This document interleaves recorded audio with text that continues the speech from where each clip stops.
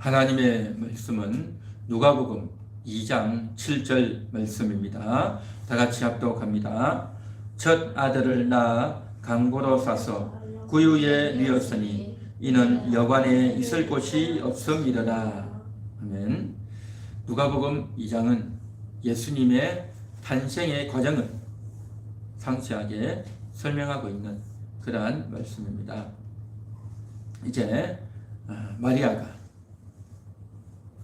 아들을 낳았죠. 그래서 그 아들을 낳게 되었는데 그곳이 바로 베들레헴이었다라는 겁니다. 이건 어떤 현상이냐면 누가복음 2장 1절부터 보면 가이사 아구스토가 영을 내렸다라고 말했습니다.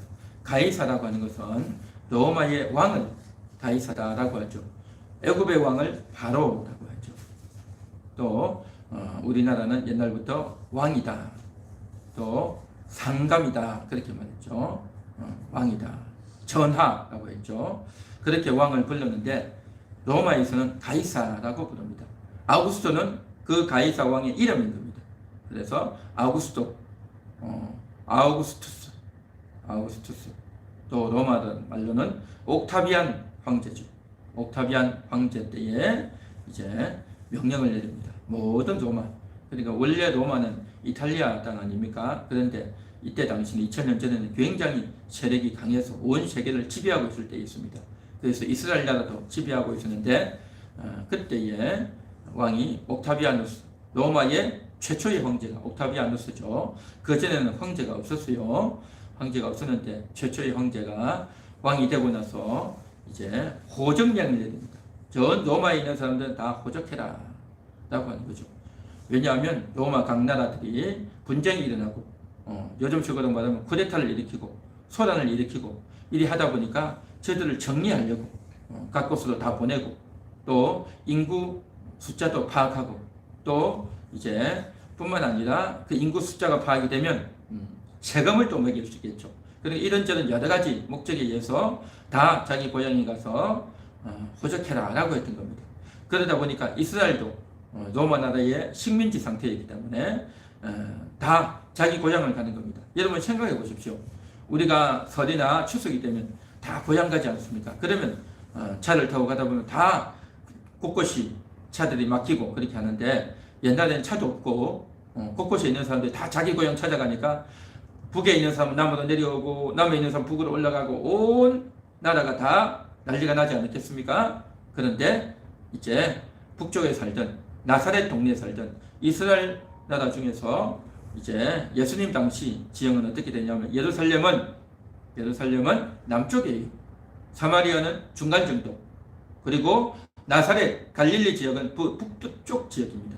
그래서 이 나사렛 지역에 사는 이 한 사람이 요셉이라고 하는 한 사람이 이제 포주가라고 하는 겁니다. 저 남쪽 지방으로. 그 예루살렘이 남쪽인데 베들레헴은 예루살렘보다 더 남쪽이에요. 그러다 보니까 이제 이스라엘 나라로 치면 아주 먼 장거리 여행을 하는 거죠. 요즘처럼 차가 없으니까 어떻게 합니까? 낙타 타고 가는 거죠. 낙타 타고 가는데 그때 당시 요셉은 약혼을 했어요. 약혼을 해서 마리아와 약혼해서 지금 결혼하기로 그렇게 되어 있었어요. 지금 우리나라는 뭐 약혼 안 하고 결혼 거의 하지 않습니까? 물론 약혼하는 경우도 있지만 그렇게 약혼을 했지만 또 나중에 또 안 하기도 하고 그렇죠. 그런데 이스라엘 나라는 약혼을 하고 나서 이제 1년이 있으면 결혼을 하는 겁니다. 데리고 와서 같이 산단 말이죠. 여자를 데리고 와서 같이 살게 되는데 지금 요셉과 마리아는 약혼, 정혼한 상태에 있어요. 그런데 약혼하고 1년 후에 같이 살기 때문에 전혀 같이 살지도 않았고 어떤 관계도 없단 말이죠. 그런데 특이하게 요셉과 마리아는 벌써 배가 불러온 거죠. 그러니까 사람들은 생각하기에 아니 무슨 일이 있으냐 라고 온갖 추측을 하고 오해를 할 수 있지만 여러분은 다 잘 알고 계실 줄 믿습니다. 마리아가 배가 부른 것은 다른 어떤 사건이 있었던 것이 아니라 바로 천사의 기별에 의해서 하나님의 그 약속을 이루기 위해서 이제 성령으로 잉태된 것 아니겠습니까? 그렇게 해서 배가 부르고 있는데 그런데 그때가 언제 시기냐? 호적을 하러 가야 되는 거예요. 그래서 요셉이 자기의 아내 될 이 사람을 데리고 마리아를 데리고 가는데 아내는 낙타를 태우고 영화 같은 데 보면 그렇게 나오지 않습니까? 자기는 낙타를 지금 옆에서 고삐를 잡고 아내는 마리아는 낙타를 타고 그 먼 길을 가는 겁니다. 근데 하루 만에 가지 못한단 말이죠. 맨날 며칠을 그렇게 가는데 배가 부르다 보니까 너무 힘들고 고생스럽고 그렇게 해서 겨우 갔어요. 그런데 이 요셉의 고향이 어디냐? 베들레헴이에요. 베들레헴. 자, 여기 보면 뭐라고 말하냐면 4절에 보면 누가복음 2장 4절에 보면 3절에 그랬죠. 모든 사람이 고져가러 각각 고향으로 돌아가네 그랬죠. 다 고향으로 돌아가는 그런 시절이니까 굉장히 바쁘고 또 분주한 그런 상황이죠. 요셉도 다윗의 집 족속이므로 갈릴리 나사렛 동네에서 유대를 향하여 베들레헴이라 하는 다윗의 동네로 가서 그랬죠. 다윗의 동네가 어디냐? 베들레헴인 겁니다. 베들레헴에서 태어난 사람이 다윗이다라는 거죠. 다윗은 이스라엘 나라 사람들에게서 가장 존경하는 영웅 같은 자가 다윗이에요. 우리 대한민국은 세종대왕 하면 다 알죠. 그렇죠? 그런데 우리 한국 사람이 세종대왕을 생각하는 것보다도 다윗을 더 위대하게 그렇게 생각을 해요. 자, 그렇게 생각했는 그 다윗이 태어난 고향이 어디냐? 베들레헴. 베들레헴은 아주 조그마한 도시예요. 예루살렘에 비하면 아주 손바닥만한 그런 도시죠. 자, 이 베들레헴으로 가는데 요셉이 자기 고향을 향해서 가는 겁니다. 그런데 가는데 이 여자가 배가 불려서 너무너무 힘들고 또 곧 아이를 낳을 것 같은 그러한 일이 벌어졌단 말이죠. 자, 그래서 해산할 날이 차서 그랬죠. 그러니까 거의 10개월이 다 된 것 같아요. 해산할 날이 찼는데 이제 아이를 낳는데 그곳이 어디냐? 여관이라는 거죠. 여관도 없어가지고 어디로 가느냐? 강보에 싸서 구유에 넣었다라는 거죠. 구유가 뭡니까? 구유라는 것은 말이 모이를 먹는 것이죠. 말이 모이를 먹는 것. 그래서 말이 모이를 먹도록 풀들을, 이 건초들을 베어가지고 이제 말이 먹도록 그 여물통, 우리 한국말로 하면 여물통이라고 그러죠. 여물통. 그리고 소들은 여물통이라고 그러고 말은 모이를 먹는 그곳에다가 통이 있단 말이죠. 그곳에 이제 온갖 음식물들도 있고 남은 것도 있을 것이고 거기에 찌꺼기도 있을 거고 그게 날파리도 날아올 거고 또 이제 짐승들이 먹고 나서 이제 침도 흘린 것도 있을 것이고 온갖 더러운 것들과 때와 냄새들 덕지덕지 나는 그러한 곳이 구유단 말이에요. 구유.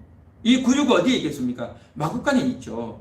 가축들을 이제 모아서 집에 들여놓는 그 마구간. 그러니까 그곳에서 아기를 낳았다는 겁니다. 왜 그곳에 갔습니까? 베들레헴에 갔는데 그곳에는 이제 가족도 없고 친척도 없고 아무 아는 사람도 없는 거예요. 그러다 보니까 여관을 들어가야 되는 거죠. 여관. 그런데 여관도 없어요. 여관도. 왜냐하면 외지에서 온 사람들이 이미 다 방을 차지하고 있는 거예요. 그냥. 그러니까 몰려드는 손님은 많고 방은 적고 그렇단 말이죠. 그러다 보니까 방을 구하려고 해도 구할 데가 없어요. 구할 데가 없어. 그런데 길거리에서 또 이렇게 할 수도 없고 사랑하는 여자는 임신을 해서 배가 불려서 곧 아이를 낳을 것 같고 들어갈 방은 없고 누구도 들어오라라고 해주는 데도 없고 그래가지고 간신히 찾아 들어간 데가 어디냐? 길거리에서 잠을 잘 수는 없잖아요. 그래서 마구간을 들어가는 겁니다. 마구간을 들어가서 그곳에서 아기를 낳았다. 그렇게 해서 예수님이 태어나셨다라는 것이 오늘 본문의 말씀인 겁니다. 그래서 이제 강보로 싸서, 강보라는 것은 요즘으로 말하면 포대기죠. 포대기에 싸서 구유에 누웠으니 말이 모이 묻는 그곳에다 누워있단 말이죠. 여관에 있을 곳이 없다. 이것이 바로 예수님이 태어나셨던, 지금으로 2000년 전 예수님이 출생하셨던 그 순간의 모습인 것입니다. 참 안타깝죠. 여러분, 아기를 낳을 때에 아기가 대충 언제쯤 나올 거라는 걸 다 알지 않습니까? 그러면 요즘은 어떻습니까? 다 병원에 가고, 그렇죠? 병원에 가든지 아니면 아기 낳을 수 있는 그런 좋은 집에서 이제 준비해가지고 아기를 낳죠. 그래서 아기가 입을 옷이나 이불이나 베개나 신발이나 다 준비해 놓고, 그렇게 해서 아기 낳아서 가장 편안하고 가장 좋은 곳에서 그렇게 낳죠. 그런데 마리아는 그렇지 못했던 겁니다. 그렇지 못했단 말이죠. 사정이 너무나도 급박했고 안타까웠고, 그런 마구간에서 아기 낳을 거라고 마리아는 생각도 못했을 거예요. 생각도. 어쩔 수 없이 그냥 그렇게 낳게 됐단 말이죠.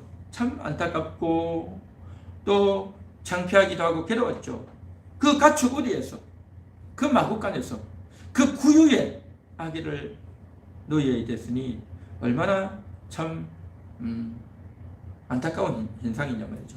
냄새나는 곳에, 그 더러운 곳에, 그 지저분한 곳에, 그 비천한 곳에다가 그렇게 아기를 놓아야 되는 마리아의 그 심정, 그러한 곳에서 태어났던 그 예수님의 안타까운 첫 출생, 참 비참하죠. 그렇죠? 너무나도 비참하지 않습니까? 자, 그런데 그렇게 해서 태어나셨던 예수님이 자라나셔서 30세가 되어서 이제는 하나님 말씀을 전하고 공생의 사역을 합니다. 그리고 3년 후에 십자가에 못 박혀 돌아가시고 3일 만에 부활하십니다. 그리고 하늘로 올라가셨죠. 그 주님이 이제는 육신의 몸은 하늘에 가 계시지만 그 주님의 영혼이, 그 주님의 영이 예수를 믿고 영접한 모든 사람들 속에 다 들어가서 그 사람들을, 그 영혼을 씻어주시고 그 영혼의 죄를 깨끗하게 해주시고, 그래서 오늘 이 시간 이 자리에 있는 여러분들 속에 들어가 계시고 여러분들의 죄를 다 씻어주시고 여러분의 죽어있던 영혼을 살려주시고 여러분들을 하나님의 자녀 되도록 그렇게 예수님이 희생하시고 수고해 주셨다라는 것입니다. 할렐루야. 그 주님이 이제는 여러분 속에 들어와 계십니다. 여러분이 예수님을 믿고 영접할 때에 예수님은 여러분 속에 들어와 계셨고, 그 예수님이 내 영혼 속에 들어왔는데 그 예수님의 행적을 따라서 왜 내 속에 들어왔는지, 2000년 전에 어떤 일이 있었는지, 그것을 우리가 오늘도 성경을 통해서 배우고 확인하며 또 그 주님의 의미를, 또 그 주님과 나와의 관계를 확인하는 시간이 오늘 이 성탄절 예배가 되는 줄 믿습니다. 할렐루야. 자, 그런데 그 예수님이 2000년 전에 가장 낮은 곳에, 가장 비천한 곳에, 가장 더러운 곳에 오셨는데, 그런데 말입니다. 한번 보십시오. 여러분의 속은 어떻습니까? 지금 현재 여러분의 속은 그렇게 화려하고 깨끗하고 빛과 번쩍한 그런 대단한 곳입니까? 참으로 여러분 자신이 아실 겁니다. 내 속이 어떤 곳인가? 너무나도 부끄럽고 비천한 그러한 여러분의 속 아닙니까? 제가요, 목사가 되고 나서 얼마 안 됐을 때 서울에서 이제 사역을 할 때였는데, 그때에 한 분을 신방을 하게 되었어요. 그래서 그런데 그분은 연세가 한 70 가까이 됐나 할머니셨는데 가족들이 없고 손주가 한 명 있었는지 없었는지 모르겠는데, 그런데 다른 성도들 구역에 신방을 쭉 하고 나서 이 할머니 집에 신방을 가야 되는데, 이 할머니가 신방을 안 받겠다는 거예요. 왜냐하면 구역 예배를 드려도 다른 집에는 다 가시는데 이분이 자기 집에는 구역 식구들을 데리고 온 적이 없다는 거죠. 그 정도로 구역 식구들도 그 집에 들어가 본 적도 없고 또 다른 사람이 자기 집에 온 적이 없다는 거죠. 그런데 목사가 신방을 가야죠 하니까 너무너무 부담스러워하고 부끄러워하고 창피하게 하는 거죠. 그래서 왜 그러냐고 했더니만 아이고 집도 작고 볼품 없어요 그러는 거죠. 그래서 완강하게 거부를 했어요.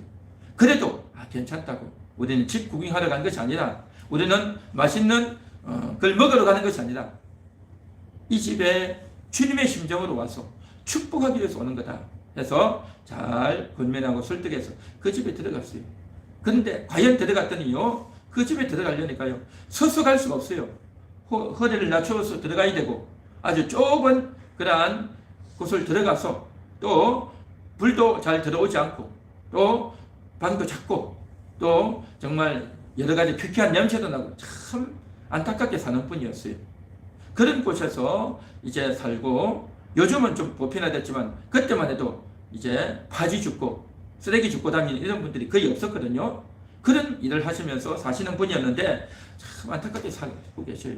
그런데도 이분이 교회를 다니고 예수를 믿는 분이었는데 자기 집에 아무도 초대하지 않았는데 그날 처음으로 목사를 이제 모시게 된 거죠.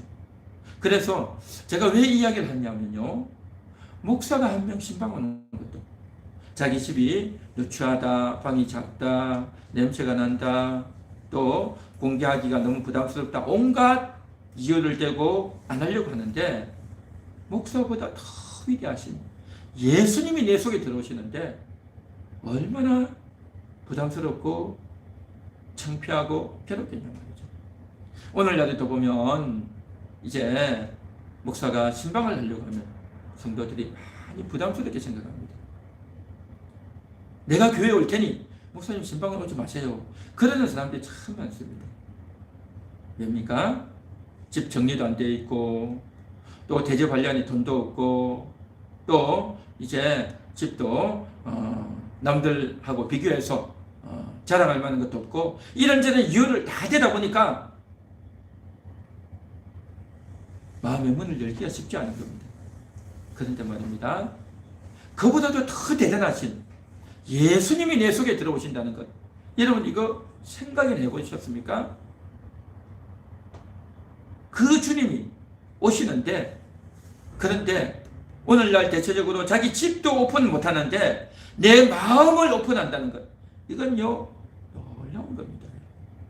내 속에 주님이 들어오시는데 그 주님이 들어오시는 내 속은 어떤 상태일까 하는 겁니다. 어떤 상태일까?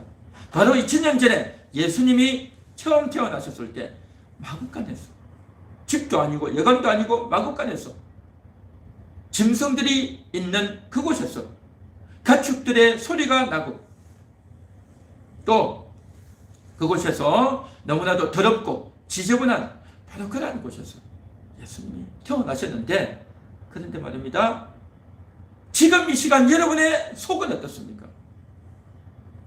여러분의 속은 그 구유 안보다, 그 마구간 안보다 더 깨끗합니까? 얼마나 우리 속이 더럽고 부끄럽고 창피하고 공개할 수 없는 그러한 속 아닙니까?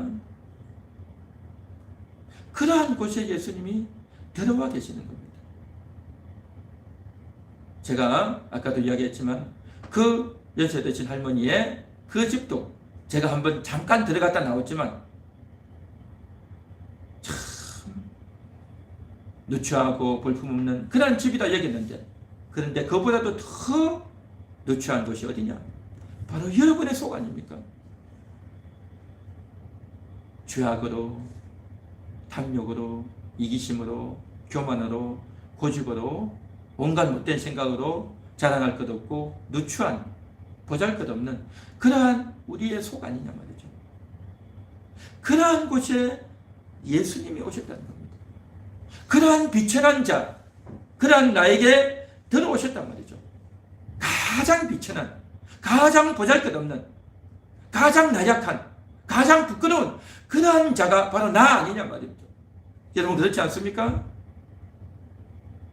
내 마음속은 너무나도 더럽고 부끄러운 그러한 내 마음인데, 그 2000년 전에 마구간보다, 그 구유함보다 더 더럽고 냄새나고 썩고 형편없는 그러한 속에 들어와 계시단 말이죠. 정말 우리는 그 주님을 생각할 때 오늘 이 시간도 너무너무 정말 고기 들 수 없고, 너무너무 정말 죄송하고, 그러면서도 불구하고 너무 기쁘단 말이죠. 그분이, 그 성도님이, 그 할머니가 처음에는 그렇게 반대하고 들어오기를 원치 않으시던데, 그런데요 그곳에 가서 예배를 드리고 말씀을 전하고 찬송을 하고 나오고 나니까요 그분의 얼굴이요 환해지더라고요. 그분의 얼굴이 그렇게 밝아지는 걸 그때 처음 봤어요. 그때 처음. 너무너무 좋아하시더라고요. 그러니까 내 마음속은 너무 더럽고 우리 집은 너무나도 누추하다라고 했지만 실상은 뭐냐? 오니까 너무 좋은 거예요. 목사가 들어오는 것만 해도 그렇게 좋은데 하물며 주님이 들어오면 얼마나 좋겠냐 말이죠. 내 속이 그렇게 더럽고 누추하고 부끄럽지만 그러나 주님이 내 안에 계시고 그 주님이 내 안에 들어오셔가지고 나를 외면하지 않고 나를 버리지 않고 나를 떠나가지 않고 같이 함께하고 계시지 않습니까? 할렐루야. 우리 한번 같이 따라해 볼까요? 주님이 내 안에 들어와 계십니다. 주님이 내 안에 들어와 계십니다. 누추한데도 들어오셨습니다. 주님이 떠나가지 않습니다.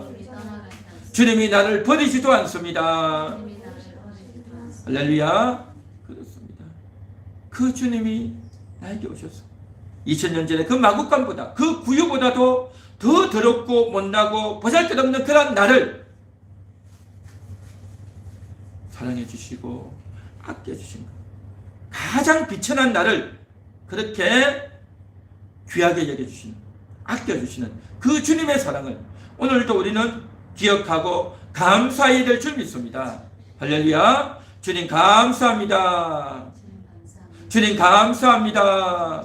주님을 찬양합니다. 할렐루야. 그렇습니다. 그 주님을 오늘도 기억하며 성탄 예배를 드리고 있는 것입니다.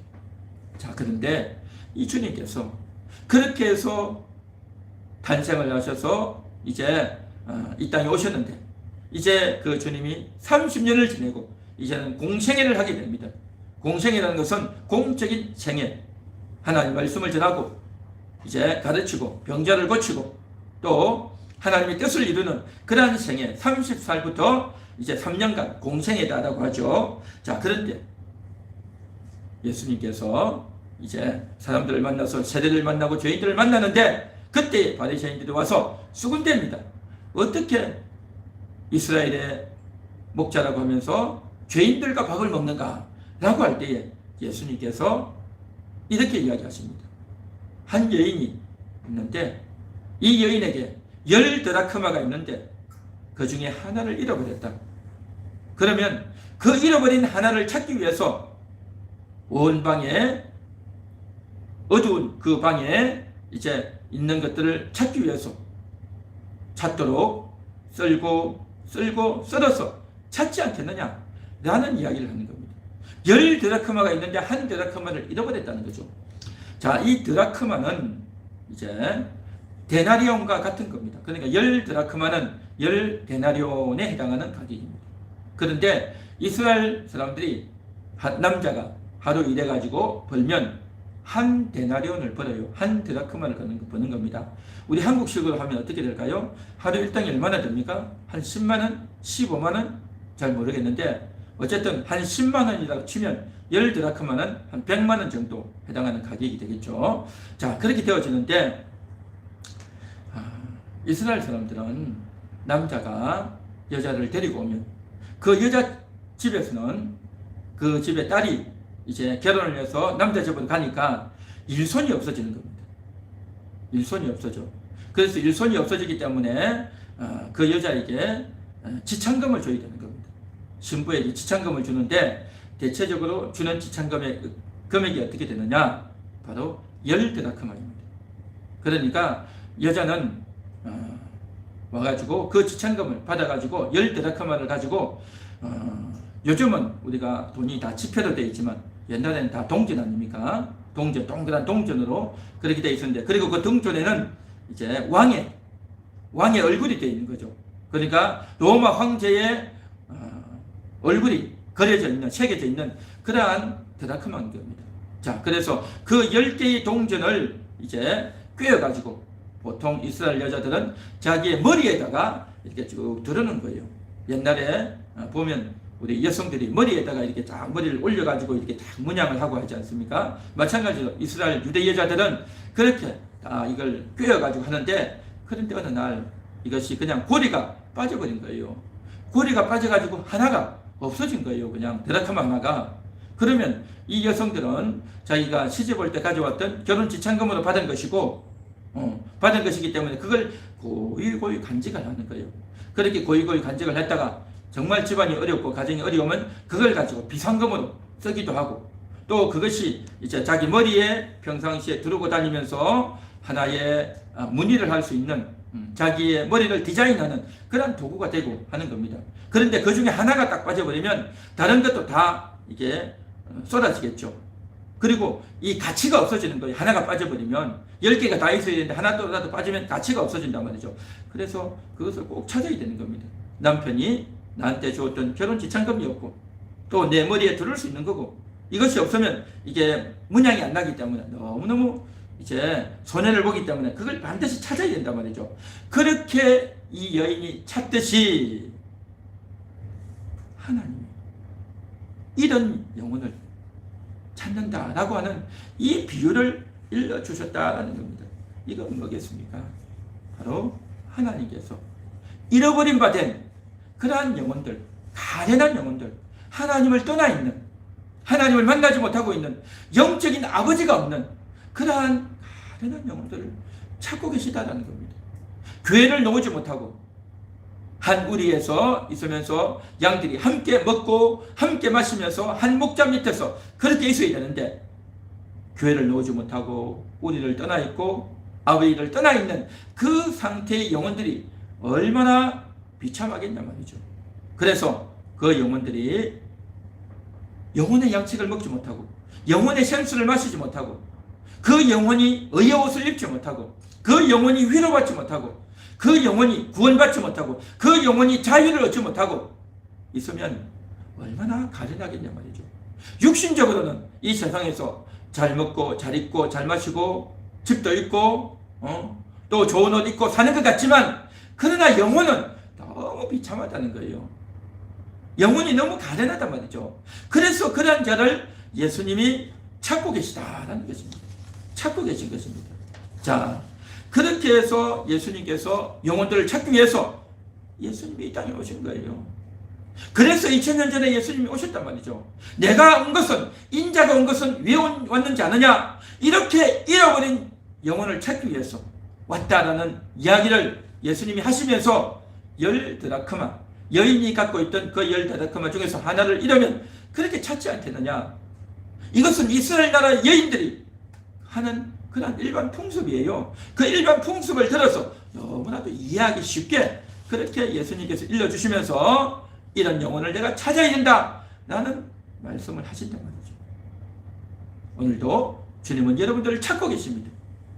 하나님을 잃어버리고 교회를 잃어버리고 영적인 아버지를 잃어버리고 하나님의 은혜의 통로를 잃어버리고 이 세상에서는 먹고 마시고 보고 누리고 잘 입고 잘 먹고 잘 사는데 영혼이 비참하고 영혼이 가련한 자들이 얼마나 안타깝겠냐 말이죠. 그런 영혼들을 내버려 둘 수 없어서 이렇게 찾아오셨다 라는 것이 예수님의 심정이고 예수님의 진심이고 예수님의 마음이다 말이죠. 오늘 이 시간도 여러분들은 그 예수님을 만나셔야 될 줄 믿습니다. 예수님께 발견되어져서 예수님께 찾아져서 예수님으로 말미암아 회복되어져야 되는 겁니다. 마치 어린아이가 엄마 아빠의 손을 잡고 놀이공원에 갔는데 그곳에서 그만 재미있는 곳 구경해서 여기저기 가다 보니까 엄마 손을 놓치고 많은 인파 속에서 그냥 엄마를 잃어버리고 아빠도 없고 그러면 얼마나 이 아이가 서글프고 서럽게 울겠습니까? 엄마도 아이를 찾고 아빠도 아이를 찾는데 아이를 찾을 수가 없단 말이죠. 그러면 그 아이도 배고프고 서럽고 힘들고 또 잃어버린 부모도 얼마나 안타깝겠냐 말이죠. 이와 같이 하나님을 잃어버린 영혼들, 하나님을 떠나 있는 영혼들, 그러면서도 자기는 문제없다, 그러면서도 자기는 잘 먹고 잘 살고 있다 라고 생각하고 있으니 얼마나 가련하냐 말이죠. 엄마 아빠를 잃어버린 아이는 그래도 엄마 아빠가 없다고 울고 서럽게 울고 찾으려고 그렇게 하지만 오늘날 육신의 몸을 입고 살아가는 모든 인생들은 하나님을 잃어버렸다는 자각도 없고 하나님이 없어서 내가 힘듭니다, 괴롭습니다, 그런 말도 못하고 엉뚱한 걸 가지고 싸우고 엉뚱한 것 때문에 원망을 하고 엉뚱한 것 때문에 상처를 받고 좌절하며 그렇게 있는 너무나도 가련하고 비참한 그러한 상태다 말이죠. 그런 자들을 오늘도 주님이 찾아오셔서 2022년 성탄을 맞이해서 그러한 자들에게 오늘도 주님은 외치고 계시고 그러한 자들을 찾고 계시면 주님은 우리에게 일러주고 계시다라는 것입니다. 할렐루야. 우리 한번 같이 따라해 보겠습니다. 주님이 나를 찾아오셨습니다. 주님이 나를 찾아오셨습니다. 주님이 나를 찾아오셨습니다. 주님이 나를 찾아오셨습니다. 주님 나를 찾아주세요. 주님 나를 찾아주세요. 주님 우리를 만나주세요. 주님 우리를 만나주세요. 할렐루야. 네. 그렇습니다. 주님께 찾아주고 만나주는 것, 이게 은혜고 복이다라는 거죠. 자, 그러면 주님은 왜 그토록 찾느냐는 겁니다. 왜 그런 자를 찾느냐 말이죠. 그것은 바로 왕의 형상이 있는 동전이기 때문이다라는 거죠. 그 동전에 그 드라크마는요 로마 황제의 얼굴이 있는 겁니다. 귀한 겁니다. 그와 같이 우리의 영혼은요 하나님의 형상이 있는 거예요. 하나님의 형상이 담겨 있어요. 하나님의 형상이 뭐냐? 자, 하나님께서 독수리를, 토끼를, 소를, 개를, 고양이를 만들 때는 개의 형상, 고양이의 형상, 호랑이의 형상대로 만듭니다. 그러나 사람을 만들 때는요 사람의 모양이 아니에요. 하나님의 형상대로 만들었어요. 하나님의 형상대로. 하나님의 형상대로 만들었다는 게 뭐겠습니까? 자, 지금부터 여러분들은 이제 새로 인식을 좀 바꾸셔야 돼요. 우리 사람, 남자와 여자들, 사람들이 있죠. 예수님이 태어났습니다. 예수님은, 자, 대답을 잘 하셔야 됩니다. 예수님은 아버지인 요셉과 어머니인 마리아를 닮았을까요? 아니면 마리아와 요셉이 예수님을 닮은 것일까요? 그렇죠. 보통 자녀가 부모를 닮는 거죠. 그죠? 자녀가 부모를 닮잖아요. 성격도 닮고 혈액형도 닮고 또 유전자 검사하면 다 그렇게 엄마 아빠를 닮아서 아이가 나오죠. 그런데요 예수님은 마리아나 요셉을 닮지 않았어요. 오히려 마리아와 요셉이요 예수님을 닮은 거예요. 왠지 아십니까? 예수님은 하나님이시단 말이죠. 그 하나님의 형상과 모양대로 우리 인간의 내면의 속성이, 우리 인간의 모습이 나온 거예요. 창세기 1장 26, 27, 28절에 보면 하나님의 형상대로 남자와 여자를 만드시고 라고 했단 말이죠. 그 남자와 여자의 모습은 뭐라고요? 하나님의 형상, 예수님의 형상인 거예요. 그래 예수님 먼저 있고 예수님을 본떠서 아담을 만들고 하와를 만들고 우리 인간들을 만들었다라는 겁니다. 그러니까 인간적으로 생각하면 예수님이 마리아를 닮았나? 요셉을 닮았나? 라고 생각할지도 못하지만 예수님의 경우에 있어서는 안 그렇다는 거죠. 예수님이 먼저단 말이죠. 예수님이 먼저고 아담 하와를 만들고 모든 인간을 만드셨기 때문에 우리는 예수님의 모양을 닮은 거예요. 할렐루야. 모든 인간은 예수님을 닮은 겁니다. 고양이는 고양이 애미를, 그렇죠. 호랑이는, 사자는, 토끼는 그렇게 닮죠. 그러나 우리는 하나님을 닮은 거예요. 남자의 모양, 여자의 모양, 하나님을 닮았단 말이죠. 참 대단한 겁니다. 이게 바로 남자의 형상, 여자의 형상이란 말이죠. 그런데 뿐만 아니라 우리의 외면의 모양뿐만 아니라 하나님의 형상이라고 하는 것은 뭐냐? 내면을 닮는 겁니다. 내면. 그 내면이 뭐냐? 바로 모든 사람에게는요 정의감이 있습니다. 정의감이 뭐냐? 올바르게 해야 된다는 거죠. 예를 들어서 가정에서, 학교에서 남의 것을 훔치고 거짓말을 하고 남을 때리고 남을 못살게 굴고 하면 안 되는 거야. 정의감이 있어야지, 바르게 해야 되지 라는 생각을 갖는단 말이죠. 그렇지 않습니까? 어린아이들이라도 설령 자기 아버지 어머니가 잘못하고 내가 잘못하지 않았는데 나를 혼낸다 그러면 아이들이 어떻게 합니까? 완전히 그냥 소리를 버럭버럭 지르면서 대들지 않습니까? 이게 일종의 정의감인 거예요. 정의감. 바르게 해야 된다는 거죠. 바르게 해야 되는데 아버지 어머니가 실수해서 바르게 하지 못하고 남을 구박하고 오해를 하면 그만큼 서러운 겁니다. 모든 사람에게는 다 정의감이 있어요. 정의감. 아이도 어른도 노인도 남자도 여자도 다 정의감이 있어요. 그 정의감을 왜 갖냐 말이죠. 왜 그런 정의감이 있냐 말이죠. 그건 하나님이 주신 성품인 겁니다. 하나님이 주신 성품. 뿐만 아니라 우리 사람들 속에서는 모든 사람을 다스리고자 하는 마음이 있어요. 왜 그런지 아십니까? 가정에서 이렇게 하면 안 된다. 집안에서 이렇게 하면 안 된다. 남자는 이렇게 하고 여자는 이렇게 해야 되고 아빠는 이렇고 엄마는 이렇고 자녀는 이렇고 해서 어떻게 해야 된다는 것이 다 기본적으로 다스리고자 하는 통치해야 된다고 하는 그러한 생각과 사상과 의식이 있어요. 다스리고자 하는 그 의식이 있어요. 그게 뭐냐? 하나님이 주신 거예요. 창세기 1장 28절에 보면 이 모든 것을 다스리도록 하게 하기 위해서 남자와 여자를 창조하셨다라고 했던 겁니다. 그러니까 다스리고자 하는 그러한 마음들이 다 있단 말이죠. 그래서 다스리고자 하는 그러한 열망, 다스려야 된다는 그런 의식이 다 있단 말이죠. 그 다스림이 뭐냐? 우리 몸이 허하면, 몸이 약하면 그 몸을 잘 회복하고자 하는 그러한 마음들. 또 학교나 또 회사나 이런 데서 서로 싸우고 다투면 그렇게 하면 안 돼 라고 하면서 그것을 정리하고 분란이 없고 다툼이 없도록 그렇게 다 정리하고자 하는 그러한 의식과 열망이 있단 말이죠. 이게 뭐냐? 다스리고자 하는 열망이다라는 거죠. 다스리고자 하는 열망. 이러한 다스리고자 하는 그 열망, 바르게 하고자 하는 그 정의감, 그리고 또 어려운 이웃, 불쌍한 이웃을 보면 사랑해주고 긍휼히 여기는 이런 마음, 이게 뭐냐? 원래 하나님에게서 나온 거예요. 하나님에게서.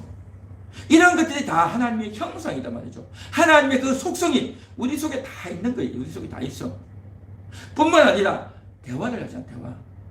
말을 하죠. 그렇게 말을 하고 의사소통하는 이 모든 것들이 다 뭐냐? 하나님에게서 있던 거예요.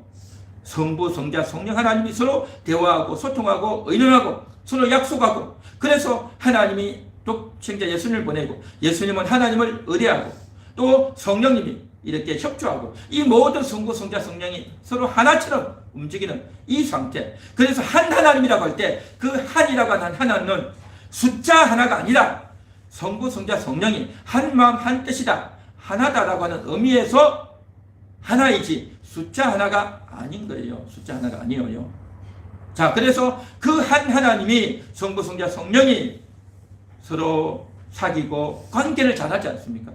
그렇게 관계를 잘하고 소통을 잘하듯이 우리 인간들도 부부간에, 친구간에 모든 사람들끼리 서로 관계하고 하나 될 수 있도록 그렇게 하나 되고 관계를 회복하고자 하는 그런 열망이 우리 사람에게는 다 있단 말이죠.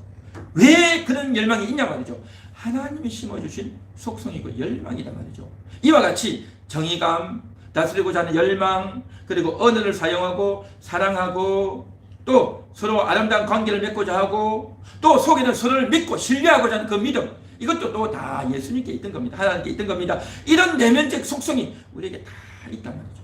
그런데 인간이 죄를 짓고 나서, 아담이 죄를 짓고 나서 태어나면서부터 죄악 속에 태어나다 보니 남을 다스리고자 하는 열망이 있는 거예요. 근데 그 다스리고자 하는 열망이 뭐냐? 자기 욕심대로 하는 거예요. 자기 힘이 있으면 그 사람을 때리고 그 사람을 짓밟아서 어쨌든 상대방을 이겨먹는 방식으로 다스리려고 하는 거예요. 정의감을 행성해야 되는데 그 정의감을 행성해야 되는데, 자, 남보고는 정의롭게 하라 해놓고 자기는 정의롭게 안 하는 거예요. 남을 사랑해야 되는데 사랑하기보다도 자기 욕심을 먼저 챙긴단 말이죠. 언어를 사용하고 아름답게 해야 되는데 언어를 가지고 상대방을 이제 괴롭게 하고 상처를 준단 말이죠. 아름다운 인간관계 해야 되는데 인간관계 이루어지지 않는 거예요. 죄를 짓고 나서 그렇게 심각하게 훼손되고 변질되어 버린 겁니다. 하나님의 형상이 이렇게 깨져버렸어. 그렇게 깨져버렸지만 그러나 그 속에서는 이랬으면 안 되지, 이건 아니야 라고 하는 생각을 조금씩 갖고 있는 거예요. 그리고 남자의 형상, 여자의 형상, 바로 하나님이 만들어주신 형상이기 때문에 그러한 깨어졌지만 희미하게나마 하나님의 형상이 남아있지만 그것이 온전하게 회복되기 위해서는 어떻게 해야 하느냐? 하나님께로 돌아가고, 그래서 예수님이 우리를 찾아오셨고 그 찾아오신 예수님이 우리를 만나주시고 그 예수님께 우리 자신을 내어드리고 그 예수님과 우리가 하나가 되어지고, 그렇게 해지는 과정을 통해서 예수님 때문에 예수님을 만나서 예수님을 통해서 그렇게 회복되어져야 될 줄로 믿습니다. 그래서 우리 속에는 하나님의 형상이 있다. 여러분 보십시오. 마귀에게는 하나님 형상 없어요. 마귀에게는 하나님 형상 없어요. 독수리에게는, 호랑이에게는, 토끼에게는, 개에게는, 고양이에게는요 하나님 형상 없어요. 하나님 형상이 없어요. 저 산이나 해나 달이나 별들에게는요 하나님 형상 없어요. 하나님 형상은 어디에만 있느냐? 천사들 그리고 사람들에게입니다. 그 하나님의 형상을 다시금 회복시키려고, 다시금 수리하고, 다시금 보수하고, 다시금 복구하려고 예수님이 오셨다라는 것입니다. 할렐루야. 여러분은 하나님의 형상이에요. 그 형상을 찾는단 말이죠. 그 여인이 자기가 결혼치 장가보러 받았던 그 잃어버린 한데라카마를 그렇게 간절히 찾으려고 찾듯이 예수님이 바로 여러분을 찾고 계십니다. 예수님이 여러분들을 찾으셔서 만나셔서 회복시켜 주시고 아름답게 복구시켜 주시려고 그래서 찾아오셨다라는 것입니다. 할렐루야. 그런데 여러분 속이 처음에 들어올 때는 우리가 뭣도 모르고, 사실은 거의 모르죠. 뭣도 모르고 예수님을 믿고 영접하고 내 구주가 되고 내 주인이 되어주십시오 하고 예수님을 모셔드렸지만, 그러나 솔직히 예수님 모시고 들고 난 이후에 우리가 예수님을 예수님답게 그렇게 모셔드리고 그렇게 섬기고 공경을 해야 되는데 그렇지 못하지 않습니다. 우리가 신앙생활 하면 할수록, 날이 가고 시간이 가면 갈수록 내가 얼마나 죄인이고, 내가 얼마나 형편없고, 내가 얼마나 보잘것없고, 내가 이렇게 예수 믿어도 되나 하는 그러한 안타까움과 후회와 고통이 다 있지 않습니까? 그러한 나에게, 가장 부끄럽고 비참한 나에게 주님이 찾아오셔서 그 주님이 나를 향해서 하시는 말씀이 뭡니까? 내가 너를 사랑한다. 너는 존귀한 자니라. 너는 보배 같은 자니라. 할렐루야. 그렇게 예수님이 여러분에게 말씀해 주시는 겁니다. 여러분의 영혼을 향해서. 여러분의 영혼이 존귀하다. 여러분의 영혼이 보배 같다. 여러분의 영혼을 사랑한다 라고 말씀해 주시는 줄 믿습니다.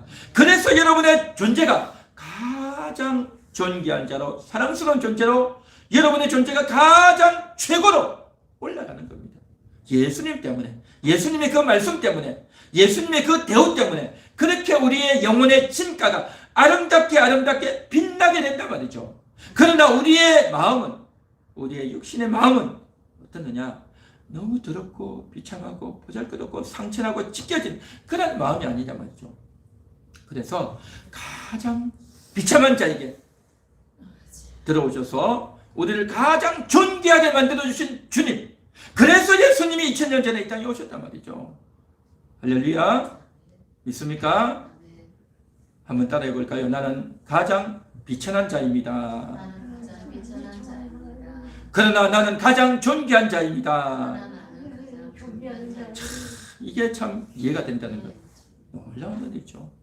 가장 비천한 자이지만 그런 나를 가장 존귀하게 만들어주기 위해서 예수님이 나에게 오셨다. 그것이 바로 성탄절이다 하는 것을 오늘도 우리는 기억하고 감사해야 될 줄 믿습니다.